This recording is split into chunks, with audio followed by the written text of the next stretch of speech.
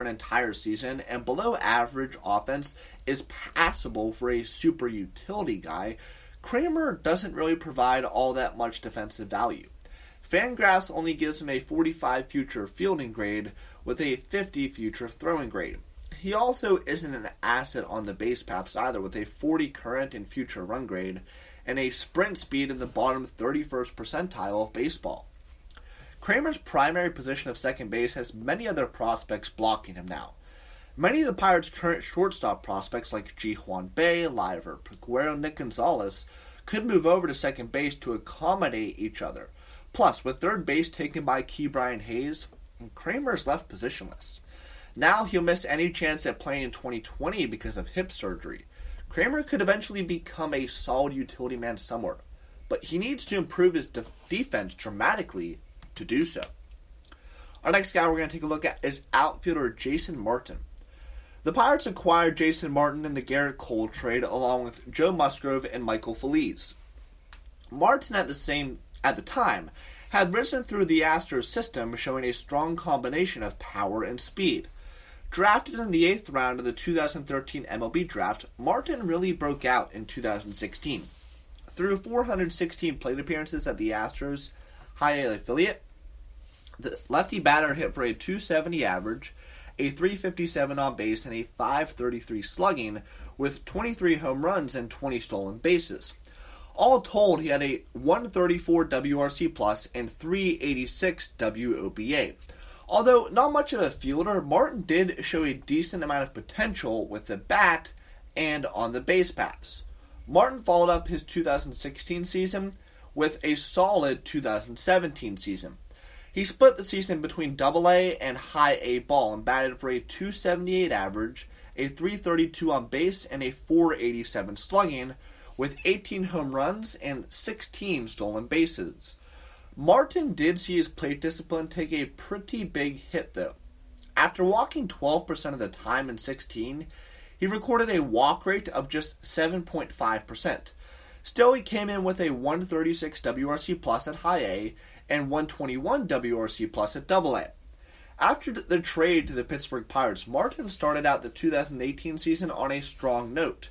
His first 289 plate appearances at Double A saw him hit for an outstanding .325 average, .392 on base, and a .522 slugging, hitting 9 home runs and recording a 152 WRC plus. He did see his walk rate go up a bit, now at 9.2%. But the outstanding output at the plate didn't carry over when he was moved to AAA. In his last 234 plate appearances of the year, Martin only hit for a .211 average, .270 on base, and a .319 slugging, with a 65 WRC plus. His walk rate dipped back down to its 2017 levels, now at 7.3%. Although Martin didn't continue to struggle in 2019 as bad as he did at AAA, as to 2018, he still wasn't that great. Through 406 plate appearances, Martin had a .259 average, a .312 on base, and a .419 slugging, all coming to a 83 WRC plus. He also made his Major League debut in 2019, but only had 9 hits, 4 walks, and 10 strikeouts in 40 plate appearances. Martin was originally not among the players working out in Pittsburgh during summer camp. However, thanks to Gregory Polanco battling COVID-19, he was able to crack the opening day roster for the Pittsburgh Pirates. Martin only has an average future grade of 50 for his hit and raw power tools. Defensively, Fangraphs puts him at a future of 50, and the same for his throwing grade. He only had -3 DRS, -0.3 range runs above average, -1 outfield arm runs above average, and -1.4 UZR in a short Major League stint last year. He does provide some value as a base runner, as he ranks in the top 76th percentile of sprint speed, but now with fellow 2017 to 2018 offseason acquisition Brian Reynolds, top prospects Jared Oliva and Travis Swaggerty, the Pirates needing to find a place for O'Neal Cruz, which will probably be right field, along with Gerard Dyson and Gregory Polanco on the 60-man, Martin doesn't really have a good shot at a regular playing time, even if an injury occurs. Though he may never be nothing more than a fourth outfielder, his poor defense combined with his uninspiring numbers at AAA put that into question as well. Next guy we're going to take a look at, and the final guy, is first baseman Will Craig. Will Craig was drafted in the first round out of Wake Forest by the Pittsburgh Pirates in 2016. He's shown flashes of what he could be, but has yet to put it all together. Though he was drafted as a power-hitting third base prospect, Craig was moved over to first base, but didn't show much power in his first two professional seasons. Between 2016 and 2017, Craig had a solid .273 batting average, .386 on base percentage, 12.6% walk rate, and 17.5% strikeout rate, but he totaled just 8 home runs, 30 doubles, and 1 triple, all coming to a weak .355 slugging percentage, an isolated slugging percentage of just .082. By the end of 2017, Craig ranked as the team's 9th best prospect per MLB Pipeline, and by Fangraphs as well. In 2017, Craig's first full pro season, he had a 123 WRC+. After being moved up to AA, Craig did see a rise in power. Through 549 plate appearances, he hit 30 doubles, 20 home runs, had a much better .448 slugging percentage, and .200 isolated slugging average.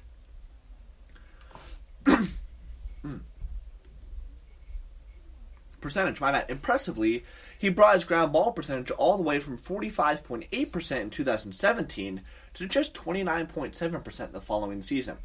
Just for reference, the MLB average in 2018 was 43%, but both his batting average, on-base percentage, and plate discipline went in the wrong directions. Craig got a lot more swing happy, striking out 23.3% of the time and walking just 7.7% of the time. His batting average dropped to .248. Craig got a lot more pull happy too, as his pull percentage rose from 41% in 2017 to 47.3% in 2018. But it was still an overall decent season, as Craig posted a 110 WRC+. He also showed a clutch factor. Despite striking out 58 times with runners in scoring position, he had a .270 average and a .497 slugging percentage.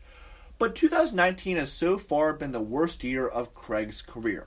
Craig saw his strikeout rate raised to 26.3%, while his walk rate remained at a weak 7.9%. His batting average also remained relatively the same to 2018, but his power took a major hit. Craig only hit 23 home runs and doubles, coming to a .435 slugging percentage and .183 isolated slugging. Not very good numbers for a league that saw 55 players have at least 300 plate appearances and a .450 or higher slugging percentage. Although he still had a strong ground ball rate, it rose to 36.8%. Part of Craig's struggles have been because he has become very predictable. Craig pulled the ball 51.4% of the time, while going the opposite way just 26.7% of the time. This is the first time his opposite field percentage has dropped below 30. After showing some pretty good numbers with runners in scoring position, did walk more with runners in scoring position, but saw his batting average drop to .257 and slugging drop to .421. Craig still has solid power grades with a future 55 raw and game power grade. Since arriving on the scene, Craig has always been given good reviews for his arm strength and has a 60 current future throw grade. With such a strong arm, the Pirates tried Craig out in right field, but lacks the range to play an outfield spot with just a speed grade of 30. Since he was a two-way prospect in college and still possessing a strong arm, I've previously discussed the possibility of making him a two-way prospect, which, if the Pittsburgh Pirates want to try anything out of the ordinary, this is the year to do it. Defensively, he grades out as an overall average to above average first baseman. MLB Pipeline now has Will as the team's 19th best prospect, but many other sources like Fangraphs, Baseball Prospectus, do not list him in their top 20. With Fangraphs leaving him out of their top 50, Craig has since been passed by Mason Martin on prospect charts and could soon be passed by Alexander Mojica. First base in the major leagues is a really, really deep position. Many batters can do what Craig does at the major league level, and then some, as 29 first basemen finished with a WRC plus of at least 95 and 300 or more plate appearances.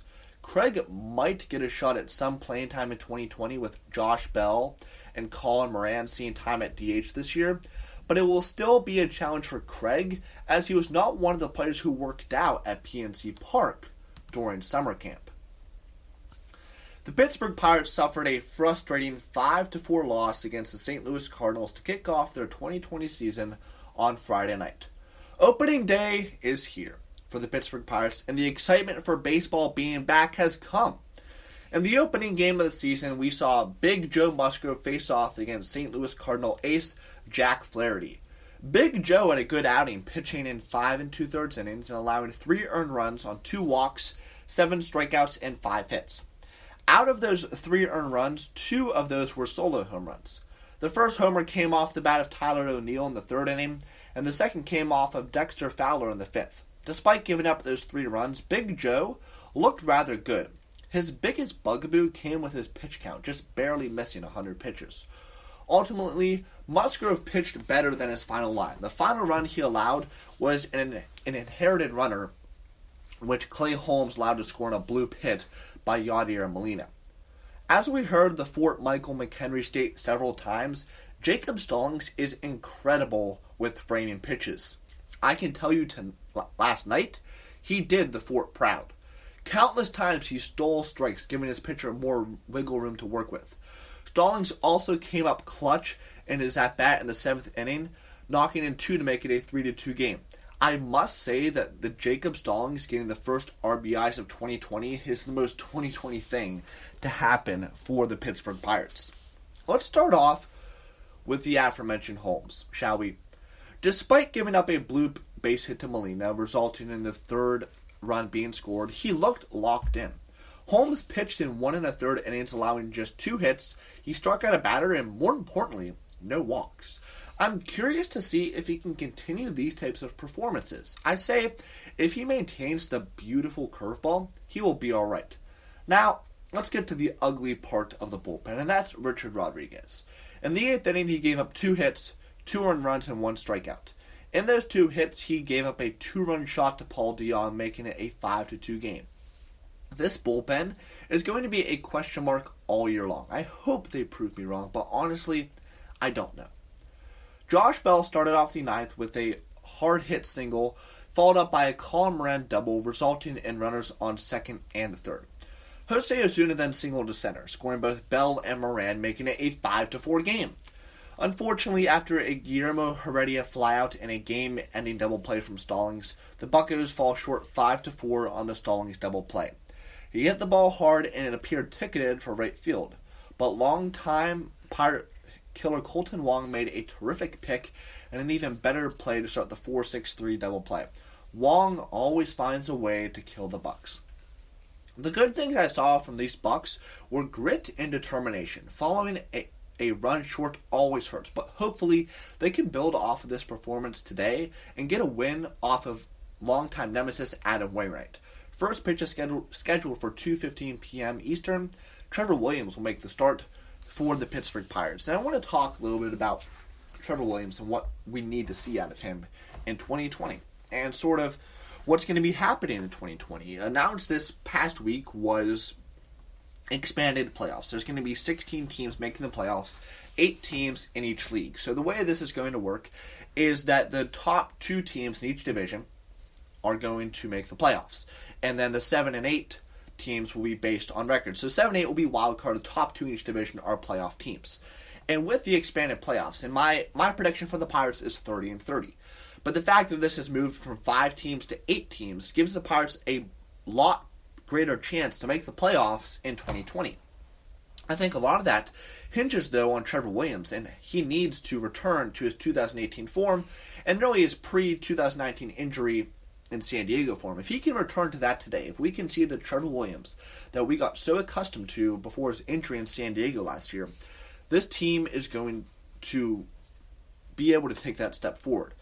You know, we have Joe Musgrove, who pitched really well last night. If Trevor Williams can get back to those levels and Mitch Kellerton can take the step forward we are all hoping for, This team is going to have a good shot, as good of a shot as anybody in 2020. The bullpen is going to be a question mark, and I'm very upset about Richard Rodriguez last night and Derek Shelton going to him instead of Nick Birdie or Michael Feliz.